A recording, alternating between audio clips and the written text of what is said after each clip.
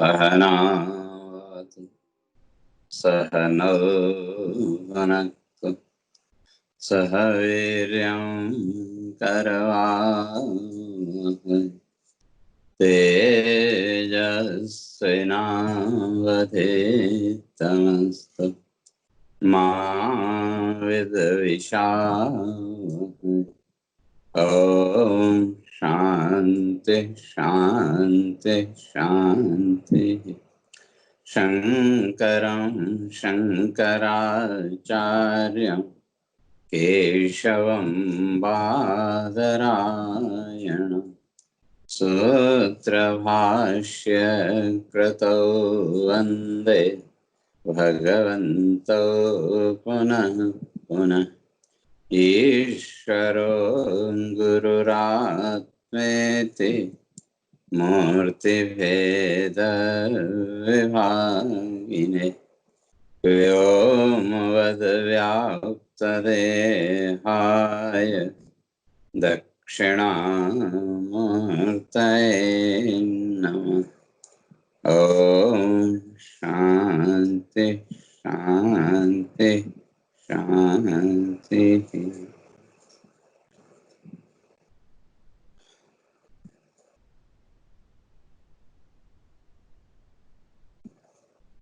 दो विचार चल रहा था।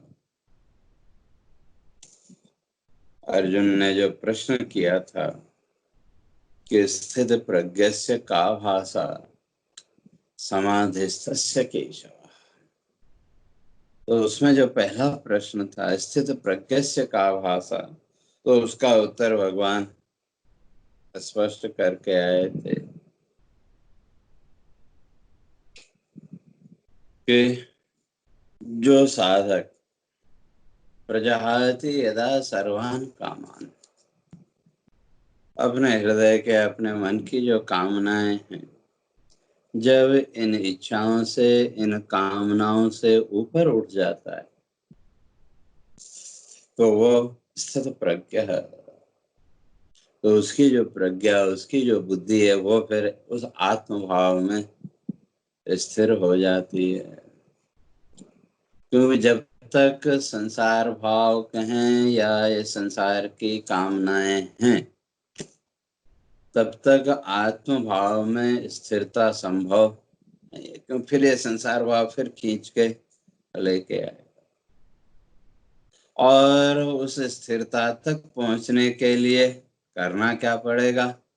तो उसके लिए भगवान स्पष्ट करके आए थे कि दुखेषु अनुद्विग्नमनः सुखेषु विगत स्पृहा। जीवन में दुख आया तो उसमें भी मन में किसी प्रकार का उद्वेग, किसी प्रकार का विक्षेप न आए, और सुख की अवस्था में स्पृहा, फिर वो इच्छाएं न बढ़े। तो इस तरह से वीत राग भय क्रोध, जो इस संसार की आसक्ति, संसार का जन्म मृत्यु का भय और क्रोध, इन तीनों से जिसने अपने आप को ऊपर उठा लिया, तो ही वही वास्तव में स्थित थी। उसकी धी, उसकी बुद्धि जो है तो वो स्थिर है। और वो किसकी हो सकती है? तो भगवान कहते हैं मुनि, जो मननशील विचारशील व्यक्ति है, वो धीरे धीरे इस संसार की आसक्ति, जन्म मृत्यु का भय और इच्छाओं के पूर्ण न होने पर उत्पन्न होने वाला जो क्रोध, उस क्रोध के आवेग में उस बंधने से बच जाता है। और जब ये सब नहीं रहेंगे तो स्थित थी। तो दूसरा प्रश्न अर्जुन ने किया था समाधिस्थस्य केशव, फिर समाधि का लक्षण क्या है? जो समाधि में स्थित है तो उसकी पहचान क्या है? तो भगवान उसी बात को आगे स्पष्ट कर रहे हैं।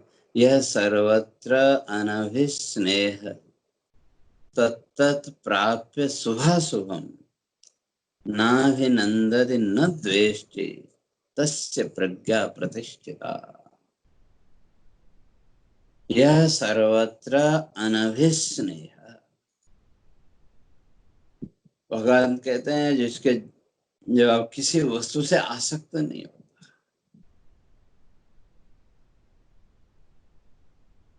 चाहे वो शुभ हो चाहे अशुभ, क्योंकि आसक्ति या स्नेह का भाव, यहाँ भगवान कहते हैं स्नेह से ऊपर उठना। और जो स्नेह है, अगर देखें, स्नेह एक बहुत अच्छी चीज है,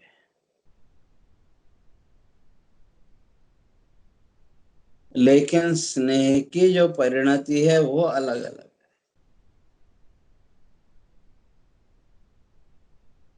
और जो स्नेह है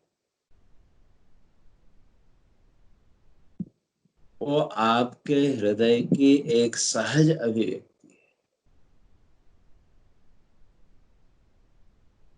लेकिन उस स्नेह को अपने जीवन में बंधन का कारण मत बनने दो। ये भगवान का कहने का तात्पर्य है। उस स्नेह को अगर समझना हो, थोड़ा सा विचार करके देखें। छोटा बच्चा है, चाहे वो आपका हो, किसी अन्य का हो, या पशु पक्षी आदि जो भी प्राणी इस संसार में है,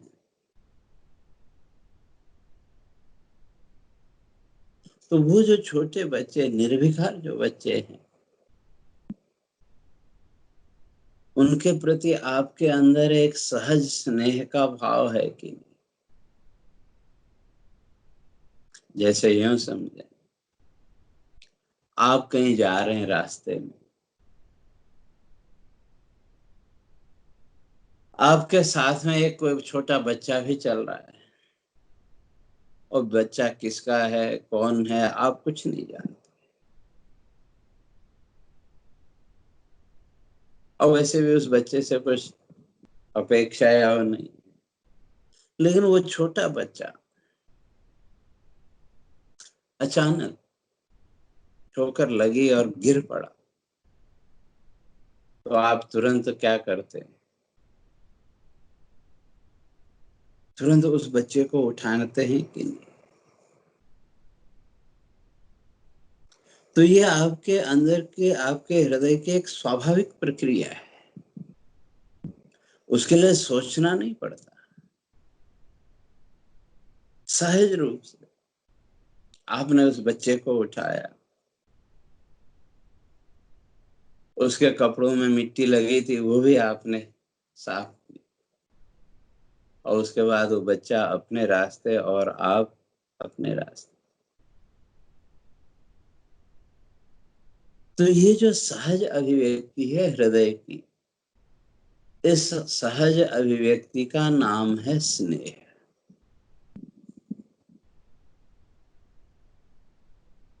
लेकिन जब ये स्नेह प्रेम में परिवर्तित हो गया तो बंधन का कारण बन जाएगा। और अगर स्नेह करुणा में परिवर्तित होगा तो ये आपके मोक्ष का साधन बन जाएगा।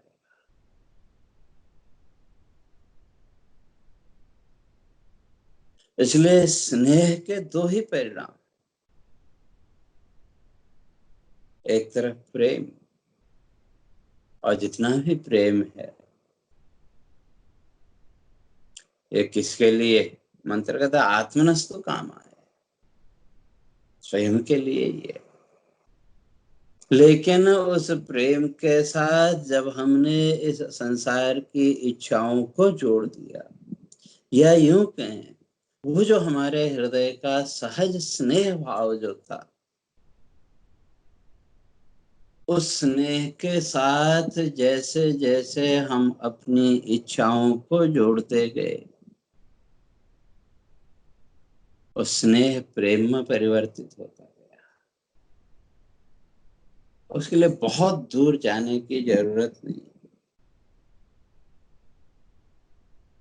आपके बच्चे हैं या घर में जो भी बच्चे हैं, जब तक वो बच्चे छोटे थे,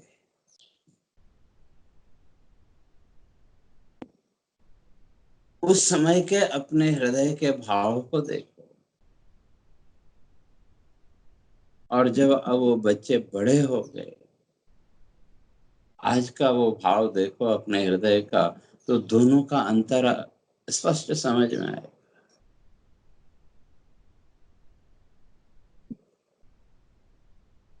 तो जब तक वो बच्चे छोटे थे, उन बच्चों के प्रति जो स्नेह भाव था, उस स्नेह भाव में किसी प्रकार के बदले की अपेक्षा नहीं थी। लेकिन वो बच्चा जैसे जैसे बड़ा होता गया, उस बच्चे के साथ हम अपने जीवन की कल्पनाओं को जोड़ते चले गए। जैसे जैसे हम अपनी कल्पनाओं को उस बच्चे के साथ जोड़ते चले गए, वो हमारा हृदय का जो एक सहज स्नेह का भाव था, वो कब गायब हो गया हमको पता भी नहीं चला। उसके स्थान पर प्रेम का भाव आ गया। अब प्रेम में तो घृणा भी है।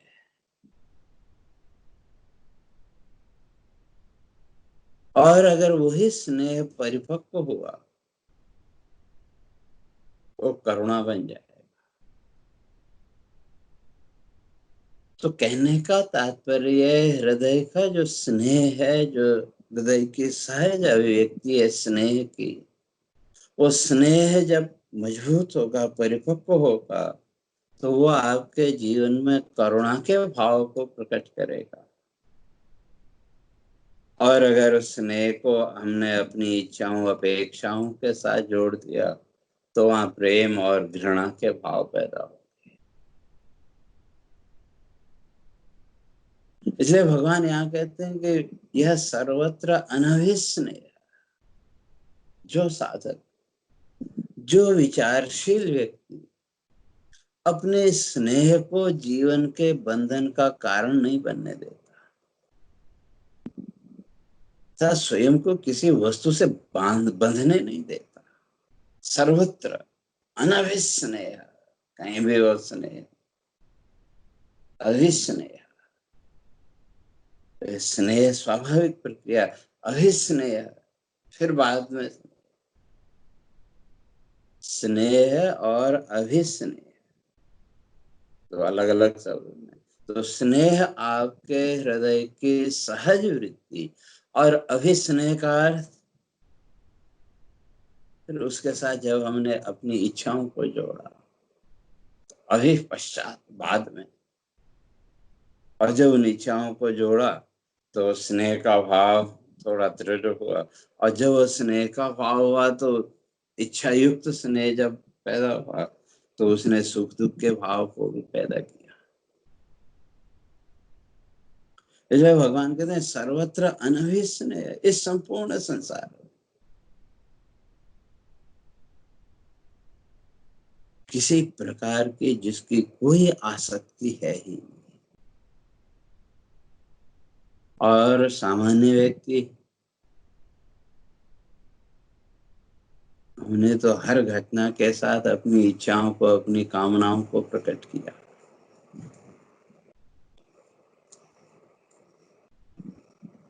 और उसके साथ संसार भाव, कभी निर्द्वंद या निष्पक्ष भाव से हम जीवन में चल ही नहीं पाए।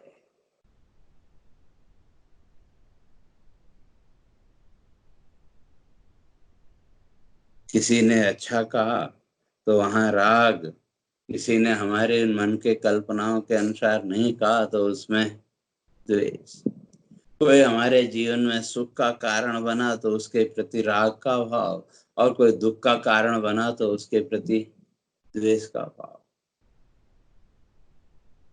तो भगवान कहते हैं अगर अपनी बुद्धि को, अपने स्वयं को उस समाधि भाव तक अगर हमको ले जाना है, तो उसके लिए अनभिस्नेह, उस स्नेह भाव के साथ अपने जीवन की आकांक्षाओं को मत जोड़ो।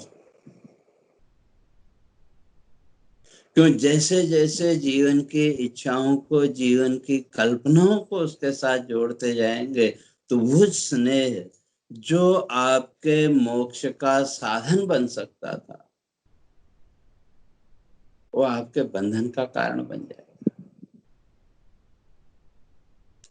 जैसे यह सर्वत्र अनभिस्नेह, भगवान कहते हैं जो अनभिस्नेह सर्वत्र, अर्थात इन संसार के पदार्थों में, इस संसार के व्यवहार में जिसकी किसी भी प्रकार की कोई आसक्ति है ही नहीं।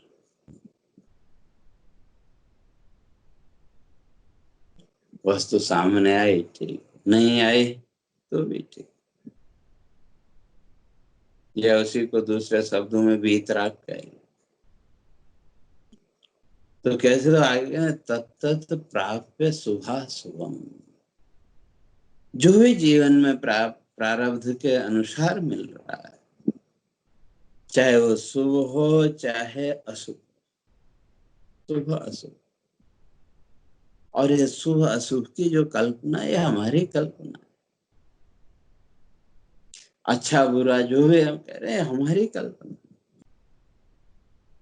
अपने उन चित्त संस्कार और अपनी इच्छाओं के अनुसार हमने इन वस्तुओं का, संसार के पदार्थों का अच्छे बुरे के रूप में विश्लेषण किया। लेकिन भगवान कहते हैं कि जिसने अपनी बुद्धि को इस लेवल तक ले आया, अब वहां अच्छे बुरे की परिभाषा करने की भी उसको जरूरत नहीं है। अनाभिस्नेह, किसी से कुछ लेना देना नहीं।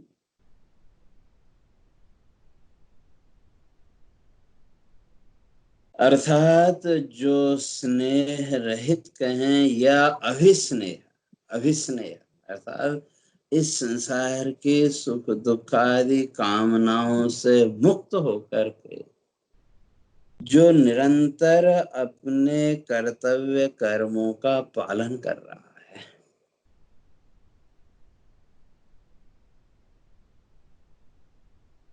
तो कहते हैं अब जो भी मिला जीवन में, शुभ मिला अशुभ मिला, जो कुछ भी मिला,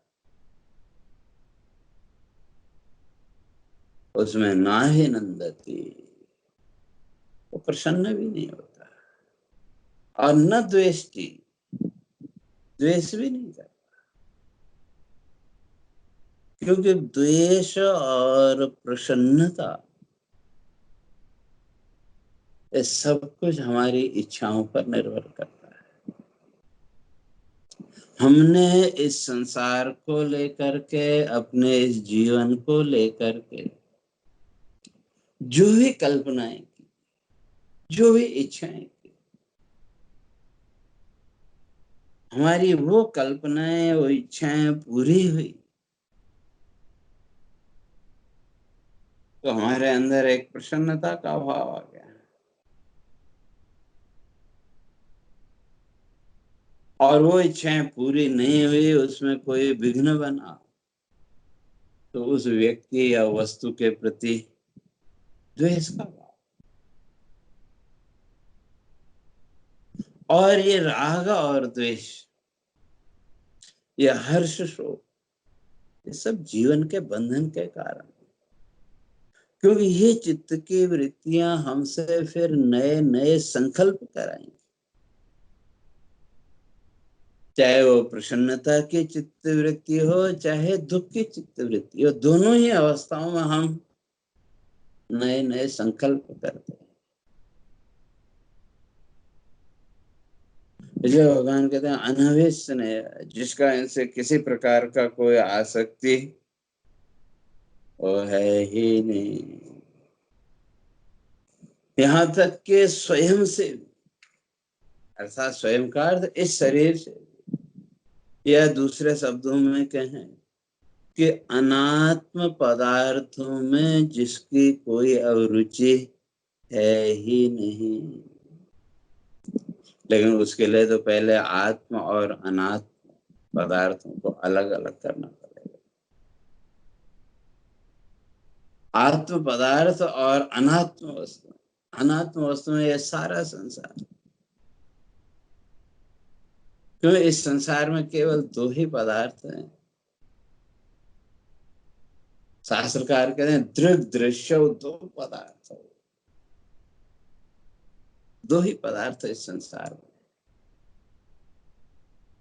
एक दृश्य और एक दृष्टा। दृश्य का अर्थ दिखने वाला, जिसकी हमको प्रतीति हो रही है, और दूसरा देखने वाला, दिखने वाला और देखने वाला। और जो भी दिखने वाला है ये सब माया का विकार मात्र है, लेकिन जो देख रहा है वो इन दृश्यों से एकदम अलग है, एकदम भिन्न है। इसलिए आत्मा से अतिरिक्त, स्वसत्ता भाव से अतिरिक्त इस संसार के पदार्थों में जिसकी अब कोई अभिरुचि नहीं। स्वसत्ता का अर्थ फिर वहां शरीर नहीं बांध लेना, या को बोलते हैं ना सेल्फिश, व्यक्तिगत स्वार्थ नहीं, केवल अपने ही सुख की कल्पना नहीं, भौतिक नहीं, बल्कि केवल एकमात्र आत्मभाव। तो इसलिए जिसने साधना के द्वारा, मनन के द्वारा, चिंतन के द्वारा स्वयं को उस आत्म भाव में स्थित कर लिया, तो फिर उसकी कहते हैं संसार के पदार्थों में कोई अभिरुचि, कोई रुचि नहीं रह जाएगी, अनाभिस नहीं, फिर उसका इनसे कुछ लेना देना नहीं रहेगा। और तब तत्त प्राप्य शुभा शुभम, और जो भी मिला, चाहे वो अच्छा है बुरा है, जीवन में शुभ हुआ अशुभ हुआ, उस सबसे वो ऊपर उठ जाए। लेकिन जो मनुष्य है, सामान्य मनुष्य है, हमारे पूरे जीवन की चिंता यही शुभ और अशुभ। हम पुण्य कार्य करने भी आगे बढ़े, पुण्य में भी हमारी प्रवृत्ति हुई, लेकिन वहां भी क्या सोचते हैं, अरे लोग क्या कहेंगे, अमुक क्या कहेगा, ये क्या कहेगा, वो क्या कहेगा। तरह तरह की कल्पनाओं को हमने वहां किया।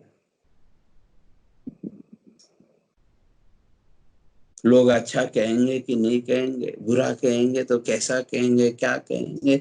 कोई भी कार्य करने व्यक्ति आता है तो ये तरह तरह की कल्पनाएं वहां सामने खड़ी हो जाती।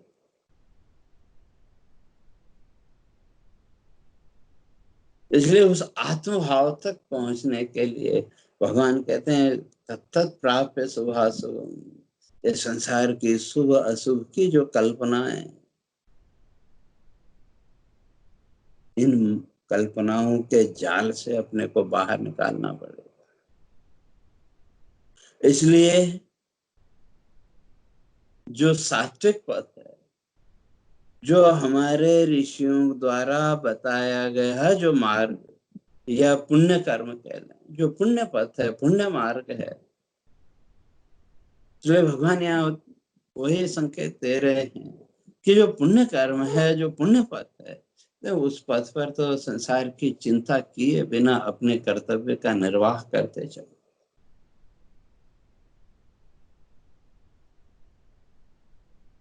क्योंकि ये संसार की रीत है, आप कुछ अच्छा करेंगे तब भी ये संसार आपके ऊपर लांछन लगाएगा, नहीं करेंगे तब भी लांछन लगाएगा। ये संसार का नियम। अच्छा करो तब भी उसमें बुराई निकालने वाले लोग हैं संसार में, और नहीं करोगे तो भी है। इसलिए भगवान कहते हैं कि तत्त प्राप्य शुभाशुभम, जो भी जीवन में मिला, कोई आपका यश अपयश जो भी कर रहा है, उसे अपने को ऊपर उठा। इसलिए मधुसूदन सरस्वती जी एक जगह बड़ी अच्छी बात लिखते हैं और कहते हैं कि मन निंदया यदि जनः परितोषमेति नन्म प्रयत्न सुलभो अयम अनुग्रहो मे। सामान्य व्यक्ति या हम अपने जीवन का अगर विचार करें तो हम प्रत्येक कर्म के साथ निंदा और प्रशंसा उसी में उलझे रहते हैं, और फिर बाद में हमको वही चाहिए। कोई कार्य हमने किया, उसके साथ हम प्रशंसा चाहते हैं, चाहे वो लौकिक कार्य हो, अध्यात्म का हो, आत्मचिंतन का, जो भी है। और कोई हमारी प्रशंसा नहीं कर रहा हो तो उस कार्य का हम बढ़ चढ़ करके वर्णन करते हैं कि नहीं, मैंने ऐसा किया, मैंने ये किया, मैंने वो किया, तरह तरह। और उसमें फिर सामने वाले ने थोड़ी हमारी प्रशंसा कर दी तो हम एकदम फूल के चौड़े हो गए। और अगर किसी ने निंदा की तो उसके प्रति द्वेष का भाव। इसलिए भगवान कहते हैं यत् प्राप्य शुभाशुभम, जो भी मिल रहा है शुभ और अशुभ, यस अप्यस, जो भी मिल रहा है। क्योंकि तुलसीदास जी लिखते हैं हानि लाभ जीवन मरण यस अपयस विधिया। ये 6 चीजें तो परमात्मा ने अपने हाथ में रखी। हानि लाभ, जीवन मरण, यश और अपयश। यश मिलेगा कि अपयश मिलेगा, कहते हैं ये भी ईश्वर ने अपने उसमें रखा। तो अर्थात कहने का तात्पर्य ये कि इस यश अपयश, कौन क्या कहेगा, कौन क्या नहीं कहेगा, इन सब भावों से ऊपर उठ करके आत्मचिंतन रूप जो कर्तव्य कर्म है, भगवान कहते हैं वो करते चलो। इसलिए अनवेशन, ऐसे आसक्ति मत रखो। तो अगर निंदा प्रशंसा की बात है तो भगवान महर्षि मधुसूदन सरस्वती जी, मन निंदया यदि जनः परितोषमेति, कोई मेरी निंदा करने से अगर संतुष्ट होता है तो वो कहते हैं कि वो करता रहे। क्यों? नन्म प्रयत्न सुलभ अयम अनुग्रहो में, ये उस व्यक्ति का मेरे ऊपर बड़ा अनुग्रह है। क्यों? श्रेयो श्रेयार्थिनस्तु पुरुषः परितुष्टि हेतो दुःखार्जितान्यपि धनानि परित्यजन्ते। इस संसार में परितुष्टि हेतु पुरुषः, संतोष के लिए, संतुष्टि के लिए बड़े से बड़े धन का त्याग करने के लिए भी तैयार है। लेकिन वो सुख कौन सा? ही भौतिक सुख।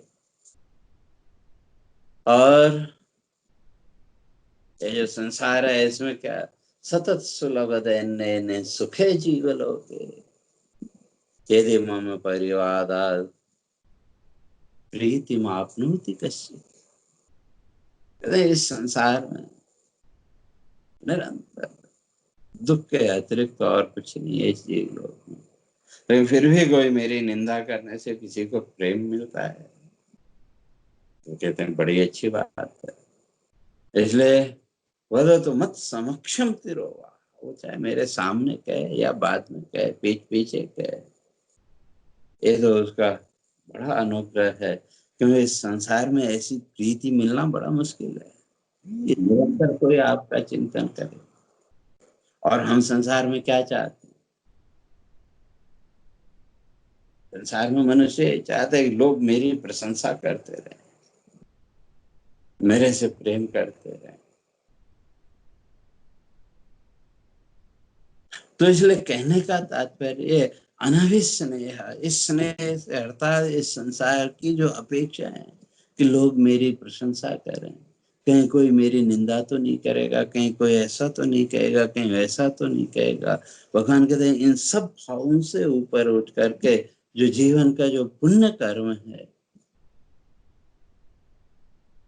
वो कर्म, वो कर्तव्य कर्म व्यक्ति को शुभ और अशुभ इन भावों से ऊपर उठ करके करते रहना चाहिए।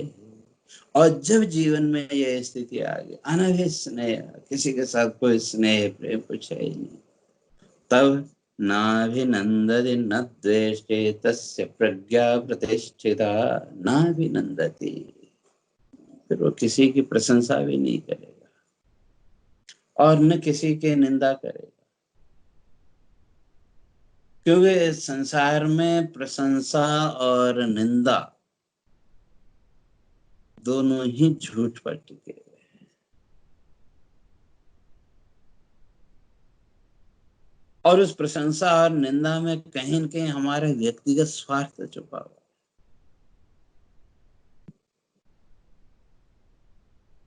प्रशंसा और निंदा दोनों में हमारा स्वार्थ। हम किसी की निंदा करते हैं तो वहां भी क्या भाव है? स्वयं को दूसरे से श्रेष्ठ दिखाना। किसी भी व्यक्ति की जब हम निंदा करते हैं तो उस समय अपने अंतर मन को टटोल के देखें, तो जिसकी आप निंदा कर रहे हैं तो उस निंदा के पीछे तात्पर्य क्या है? स्वयं को उससे श्रेष्ठ बताना। और जब हम प्रशंसा करते हैं तो तब भी वही भाव है, स्वयं की श्रेष्ठता का भाव। प्रशंसा कर रहे हैं तो तब भी स्वयं को उससे श्रेष्ठ दिखाने का प्रयास, और किसी की निंदा कर रहे हैं तो तब भी स्वयं को दूसरे से श्रेष्ठ दिखाने का प्रयास। अब उस निंदा और प्रशंसा को जब समर्थन मिला तो हमारा अहंकार थोड़ा बढ़ गया, और अगर उसको समर्थन नहीं मिला तो फिर व्यक्ति के अंदर वही राग द्वेषात्मक वृत्तियां फिर वो पैदा हो। इसलिए भगवान कहते हैं ना ही नंदति न द्वेष्टि, वहां फिर प्रसन्नता द्वेष कुछ नहीं है। निंदा प्रशंसा का कोई भाव आए नहीं, वो न किसी की निंदा करेगा न प्रशंसा करेगा। अब जीवन में अनुकूलता आई, शुभ फल मिला, तो वहां भी कोई प्रसन्नता का भाव नहीं, और नहीं मिला तो उससे द्वेष भी नहीं। अर्थात प्रसन्नता और द्वेष, इन दोनों भावों से जिसने अपने को ऊपर उठा लिया, अर्थात पहले जो चर्चा करके आए थे, जीवन में जो भी मिले, चाहे वो सुख मिला चाहे दुख मिला, दोनों को सहज भाव से स्वीकार करना।